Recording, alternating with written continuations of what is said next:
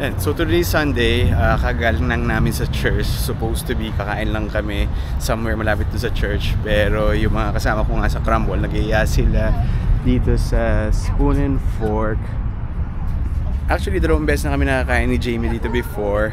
And sa lahat ng mga buffet na nakainan namin, ito talaga yung pinaka-favorite namin kasi ano siya, Japanese Thai fusion siya. Unlike doon sa mga ibang nakainan namin, mostly puro Chinese and Japanese fusion. Ayun nga, actually ang daming nangyari last week. So nung Friday nga, masok ako sa trabaho pero na-realize ko nga na nabutas nga yung gulong ng sasakyan ko. And then nung Saturday, naglipat kami ng bahay. Ayun, medyo nakakapagod din kasi yun, nagbuhat-buhat kami ng mga mabibigat na gamit. And nung kinagabihan nga nung Saturday, nagpunta naman kami dun sa isang small group. Actually, yun nga, parang gusto ko rin magpasalamat dun sa mga tao na tumulong sa akin this past few days, no? Like nung Friday, nung nabutasan yung gulong ng sasakyan ko, yung katrabaho ko, si Jason, alam ko, nanonood din siya ng video natin. And then nung Saturday, of course, syempre si Kuya Rainer, si Kuya Rainer. And nung Sunday nga, nag-church kami, and dun sa last video ko, nagpunta kami sa IKEA. Nabanggit ko nga na medyo masama yung pakiramdam ni Jamie. So yun nga, nagkatotoo na nga, nagkaroon siya ng sakit. So for 1 week, medyo may sakit siya. And syempre, hindi rin ako nakaligtas sa sakit na yun, na medyo nahawa rin ako. And gusto ko rin magpasalamat kay Tita Ellie, no? Although hindi ko pa siya nami-meet. And supposed to be kasi meron silang lakad ni Jamie last Tuesday, pero hindi nga natuloy dahil nagkasakit nga siya. So the whole week nga, no, puro prito lang yung kinain namin kasi hindi pa kami masyado nakapag-settle dun sa bahay. And then Tuesday nga, no, may sakit si Jamie, so hindi namin alam kung anong kakainin namin.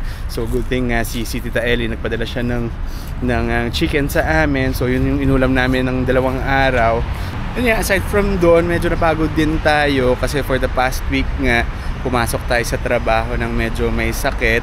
Wednesday and Thursday, no, pinauwi tayo na maaga doon sa trabaho kasi yun nga, naawa sila sa akin dahil medyo nahihirapan nga ako huminga, and at the same time medyo nilalagnat ako.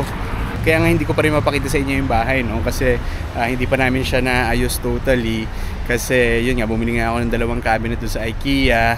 Yung isa pa lang yung na-assemble ko, and syempre gusto ko rin magpasalamat uli kay Don kasi nung Sunday nga, nung binili namin yung cabinet, akala ko like yung mga iba kasi binibili ko from Amazon, may kasama na siya na mga tools, pero yung sa IKEA nga wala siyang kasamang tools. So kaya kailangan ko patawagan si Don para manghiram ng tools, and buti na nga lang yung nilipatan din namin na bahay, malapit lang din sa bahay nila Don.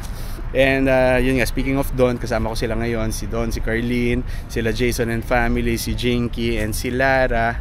Pero tingnan natin kung makapag-video tayo mamaya.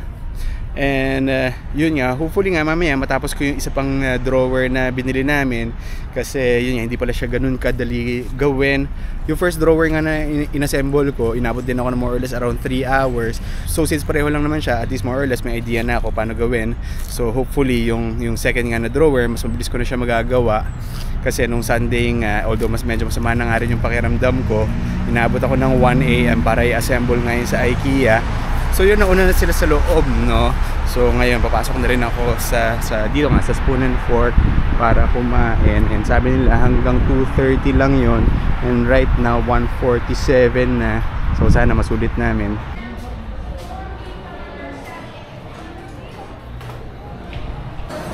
You want something to stand or what? Ayun, naka-order na kami. It's already here. Kain na sila. But it might fall. Pero kaya pala nagre-reklamo dun sa kabilang table. Yung dami nila in-order.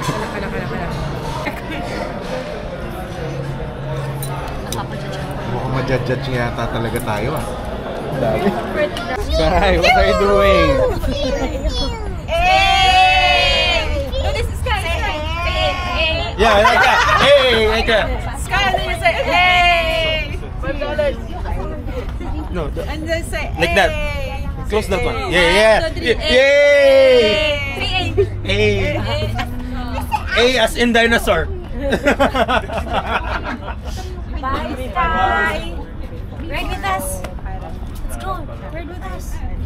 Ride.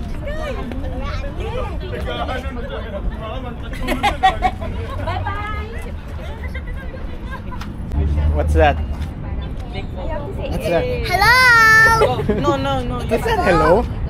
What's that? It's a phone! It's a phone?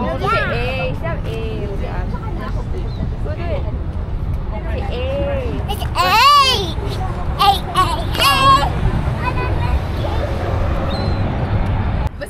dito sa kanya yung Ano?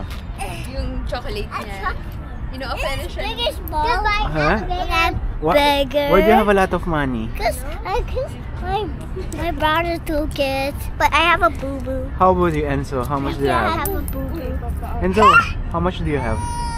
Where's $5. your $1? And you have $1, right? Where's your $1? Look, I got a boo boo. Where's your $1? Hala ka. Hala, wala. Di ba nasa yung kay Sky? Oo. Your bag. Nasa bulsa ni Sky. Back right pocket. Left pocket. Ano ba yan? Kasi ang dami mong packet, di na tuloy natin alam. Oh, this is Enzo's.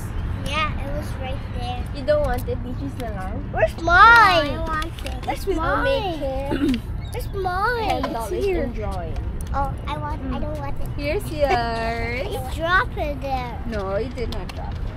I just tago it. This is Why? 50 pesos. This is a lot of praise. This is cute. Enzo, Sky, Enzo and Sky. who gave you the money? Ninang. Mino. Yan, so tapos na kami kumain. Itong dalawang bata. Parang Ang daming pera. Sticker. $2. So nakakuha sila ng $22. Binigay ni Don, ni Carlene, Hindi ko alam, si Lara ba? si Lara or si Jinky. Hindi na namin alam. Mommy. So ngayon, papunta naman kami sa Tim Hortons. Malapit dun sa kung saan kami nakatira before. Yan, so nandito kami sa Tim Hortons. Actually, kaya lang naman kami napakain dun sa buffet. Kasi originally, dapat magha-hiking sila. Pero hindi nga ako sasama dahil gusto ko nga sana magpahinga dahil last week nga medyo pagod kami. And then after that, supposed to be kakain nga sila sa labas. So tinanong nila ako kung pwede pa raw ako sumama kahit na dun sa lunch na lang or dinner. Sabi ko, sige, pwede. Pero nung una, nagpa-survey nga sila, parang gusto nila kumain sa buffet. Pero since 5 nga kami sa family, parang nagdalawang isip ako kasi syempre medyo mahal for us dahil 5 yung babayaran namin. Pero yun nga, supposed to be, hindi na nga sa buffet. Pero hindi ko naman alam na yun pala, inabot pala sila ng 3 AM yesterday sa Crumble. Kaya ngayon gusto nila kumain ng marami. So nandito na nga kami sa bahay, no? Actually, kanina pa kami nakauwi, pero hindi na nga nakapag-take ng video kanina doon sa Tim Hortons kasi nagkwentuhan na kami. And actually, ang dami ko na nagawa. So finally, nagawa ko na nga yung drawer na nabili namin, no? Pero inabot pa rin ako ng siguro mga 1.5 oras para matapos yun. Pero hindi ko pa siya totally na natapos kasi parang 2 parts doon sa nabili namin, may damage. So siguro, anytime this week, kailangan namin bumalik sa IKEA para papalitan yung parts na yon. Actually, ito yung parts na meron damage, no? So, ito, meron lang siyang konting ganito. May konting gasgas siya. Yan tong pangalawa, ganun din. Kaya, so medyo nagpapahinga na lang ako. Ayun, actually, kahit gabi na, nagkakape lang ako. Dahil yun nga, unwind lang ng konti kasi napagod din ako dun sa pag-assemble nga nung drawer. Actually, marami pa nangyari sa buhay namin the past weeks. Pero syempre, ikukwento ko na lang sa inyo in the coming videos. Pero yung house tour, most likely gawin ko siya sa next video. Kasi kahit pa paano, medyo naayos-ayos na naman namin itong bahay.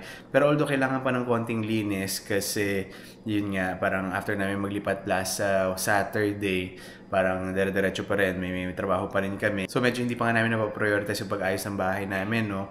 Especially tomorrow, holiday naman dito, pero hindi ko alam kung what kind of holiday. So sa aming lahat, si Jamie lang ang walang pasok bukas.